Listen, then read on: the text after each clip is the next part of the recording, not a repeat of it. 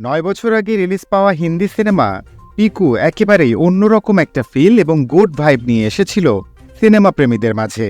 সুজিত সরকার খুব সাধারণভাবেই একটি গল্প বলতে চেয়েছিলেন, যে গল্পে বাবা মেয়ের সম্পর্ক যেমন গুরুত্ব পেয়েছে তেমনি গুরুত্ব পেয়েছে দুইটি আলাদা পরিবেশ এবং চিন্তা নিয়ে বেড়ে ওঠা এই প্রজন্মের দুই তরুণ তরুণী, যারা একটা সময় ভালোবাসার সম্পর্কে জড়িয়ে যায়।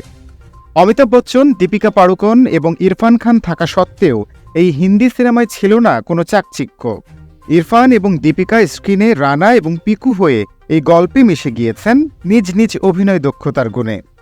পুরো সিনেমায় তাদের দুজনের এই খুনসুটি বা মনোমালিন্য অথবা সবকিছু পাশে জড়িয়ে একজনের প্রতি অন্যজনের একটা মায়া, একই সাথে আন্ডারস্ট্যান্ডিং এর সম্পর্কে আমরা দর্শক হিসেবে মিলেমিশে একাকার হয়ে গেছি তা জানার উপায় নেই।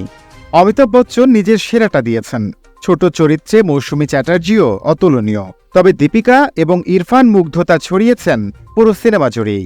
বাবার জেদ পূরণ করতে এক তরুণীর রাজধানী দিল্লি থেকে আদিনিবাস কলকাতায় যাবার জন্য রোড ট্রিপের মধ্য দিয়েই এগিয়েছে এই ক্লাসিক সিনেমার গল্প। অসাধারণ চিত্রনাট্য, মন ছুঁয়ে যাওয়া সংলাপ, রিয়েল লোকেশনের শুটিং সব মিলিয়ে পিকু সিনেমা প্রেমীদের কাছে এক অন্যরকম অনুভূতি। পিকু সিনেমার বেশ কিছু দৃশ্য এখনও আমাদের মনে অন্যরকম ভালো লাগা তৈরি করে রেখেছে।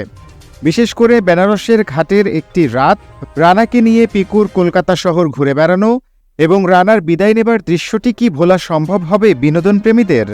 ইরফান এবং দীপিকা বলিউডের অন্যতম আইকনিক জুটি হতেই পারতেন, কিন্তু আচমকা সবাইকে চমকে দিয়ে ইরফান খানের চিরবিদায় সেটা হতে দেয়নি।